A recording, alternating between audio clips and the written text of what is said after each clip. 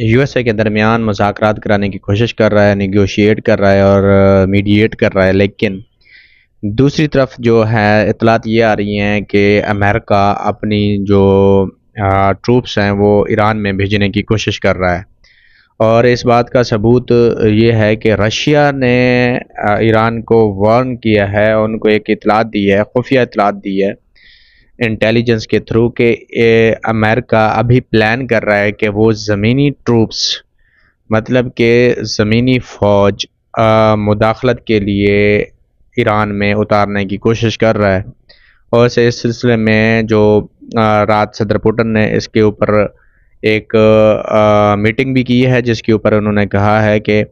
اگر امریکہ نے اس طرح کی انویژن کرنے کی کوشش کی یا مداخلت کرنے کی کوشش کی یا گڑبڑ کرنے کی کوشش کی تو 2,90,000 فوجی ٹروپس یا فوجی اہلکار وہ ایران کی سرزمین پہ بھیجے گا، جو ایران کے ساتھ مل کے ان کی سرزمین کو پروٹیکٹ کرنے کی کوشش کریں گے۔ یہ ایک اڑتی ہوئی خبر ہے،